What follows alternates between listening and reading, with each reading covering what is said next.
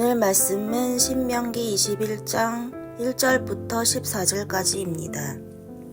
내 하나님 여호와께서 내게 주어 차지하게 하신 땅에서 피살된 시체가 들에 엎드러진 것을 발견하고 그 쳐 죽인 자가 누구인지 알지 못하거든 너희의 장로들과 재판장들은 나가서 그 피살된 곳의 사방에 있는 성읍의 원근을 잴 것이요. 그 피살된 곳에서 제일 가까운 성읍의 장로들이 그 성읍에서 아직 부리지 아니하고 멍에를 매지 아니한 암송아지를 취하여 그 성읍의 장로들이 물이 항상 흐르고 갈지도 않고 씨를 뿌린 일도 없는 골짜기로 그 송아지를 끌고 가서 그 골짜기에서 송아지의 목을 꺾을 것이요. 레위 자손 제사장들도 그리로 갈지니 그들은 내 하나님 여호와께서 택하사 자기를 섬기게 하시며 또 여호와의 이름으로 축복하게 하신 자라. 모든 소송과 모든 투쟁이 그들의 말대로 판결될 것이니라. 그 피살된 곳에서 제일 가까운 성읍의 모든 장로들은 그 골짜기에서 목을 꺾은 암송아지 위에 손을 씻으며 말하기를 우리의 손이 이 피를 흘리지 아니하였고 우리의 눈이 이것을 보지도 못하였나이다. 여호와여 주께서 속량하신 주의 백성 이스라엘을 사하시고 무죄한 피를 주의 백성 이스라엘 중에 머물러 두지 마옵소서 하면 그 피 흘린 죄가 사함을 받으리니 너는 이와 같이 여호와께서 보시기에 정직한 일을 행하여 무죄한 자의 피 흘린 죄를 너희 중에서 제할지니라. 내가 나가서 적군과 싸울 때 내 하나님 여호와께서 그들을 내 손에 넘기심으로 내가 그들을 사로잡은 후에 내가 만일 그 포로 중에 아리따운 여자를 보고 그에게 연연하여 아내를 삼고자 하거든 그를 내 집으로 데려갈 것이요. 그는 그 머리를 밀고 손톱을 베고 또 포로의 의복을 벗고 내 집에 살며 그 부모를 위하여 한 달 동안 애곡한 후에 내가 그에게로 들어가서 그의 남편이 되고 그는 내 아내가 될 것이요. 그 후에 내가 그를 기뻐하지 아니하거든 그의 마음대로 가게 하고 결코 돈을 받고 팔지 말지라. 내가 그를 욕보였은즉 종으로 여기지 말지니라. 아멘.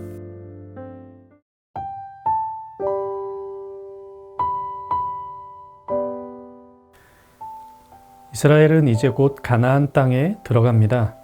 그 땅에서 살기에 앞서 하나님께서는 그 땅에서의 법령과 규례를 세세하게 말씀해 주십니다.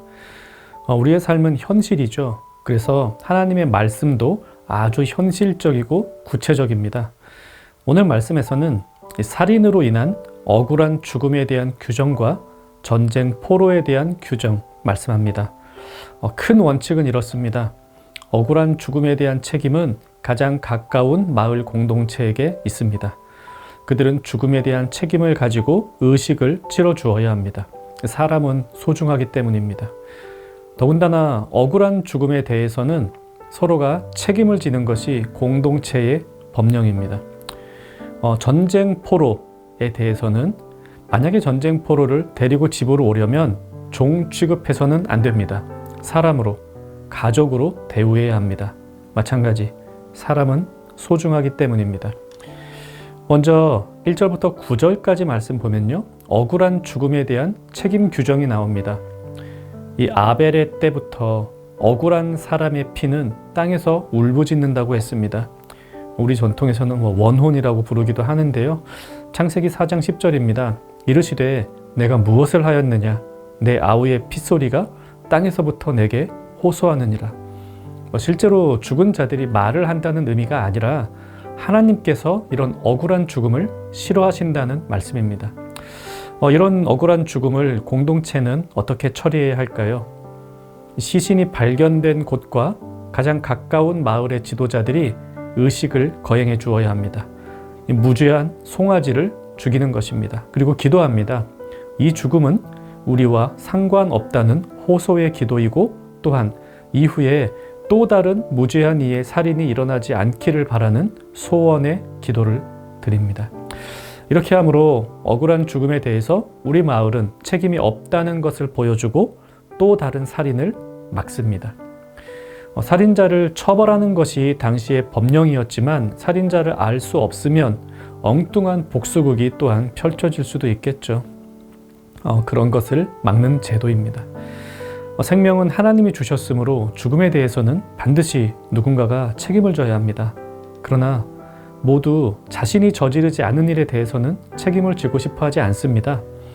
나는 살인을 저지르지 않았지만 우리 사회에는 수많은 억울한 죽음들이 있죠. 교통사고 사망자들, 낙태로 희생되는 아가들, 폭력의 희생자들과 사회적 폭력으로 인해 스스로 버리는 생명까지. 이런 억울한 죽음들에 대해서 누구에게 책임이 있을까요? 하나님은 가장 가까운 공동체에게 그 죽음을 살피라고 하셨습니다. 우리 사회에 억울한 죽음이 만연하지 않도록 교회가 책임지고 돌보아야 합니다. 교회가 가장 가까운 이웃이기 때문입니다. 그런 점에서 교회로서 우리는 우리 사회의 단면을 보여주는 범죄와 사건, 사고, 기사들을 아무런 느낌 없이 지나가지 않으면 좋겠습니다. 교회는 어려운 사람의 가장 가까운 이웃이 되어야 합니다. 물론 우리 교회가 모든 일을 다 해줄 수는 없습니다. 하지만 이것은 이웃에 대한 우리의 기본적인 자세가 되어야 합니다. 개인적으로나 공동체적으로나 우리 주변에서 일어나는 억울한 일과 희생에 대해 교회는 가장 가까운 이웃으로 책임을 져야 한다는 사실을 기억합시다. 10절부터 14절까지에서는 이제 포로에 대한 규약이 나옵니다. 제네바 협약이 정립되기도 한참 전인 이때에 전쟁 포로에 대한 인도주의적 대우를 명령하십니다. 전쟁 포로도 사람입니다. 존귀한 인간입니다. 특히나 무기를 들고 전쟁에 나서지 않은 일반인들에 대한 예우는 예나 지금이나 동일하게 중요합니다. 전쟁에서 이겼다고 해서 포로를 함부로 해서는 안 됩니다. 자, 전쟁이 끝나고 포로가 생겼습니다. 그 포로 중에서 배우자를 선택할 수도 있습니다. 그렇다면 그는 노예처럼 취급해서는 안 됩니다. 그냥 생긴 게 마음에 들어서 포로 하나 데리고 가서 노예처럼 부리면서 같이 살겠다. 안 됩니다. 반드시 그를 배우자로 여기고 대우해 주어야 합니다. 혹 그에 대한 마음이 시간이 흘러 변했다고 해서 그를 다시 노예처럼 팔아서도 안 됩니다. 한번 가족이 되었으면 계속 가족으로 대우하고 만약에 보내준다 하더라도 가족으로서 보내주어야 합니다. 전쟁에서 이겼다고 해서 사람에 대한 권리까지 가지는 것은 아니라고 말씀하십니다. 오늘날 우리에게도 이 원칙은 적용됩니다. 현대사회에서 우리는 힘과 지식의 지배를 받습니다.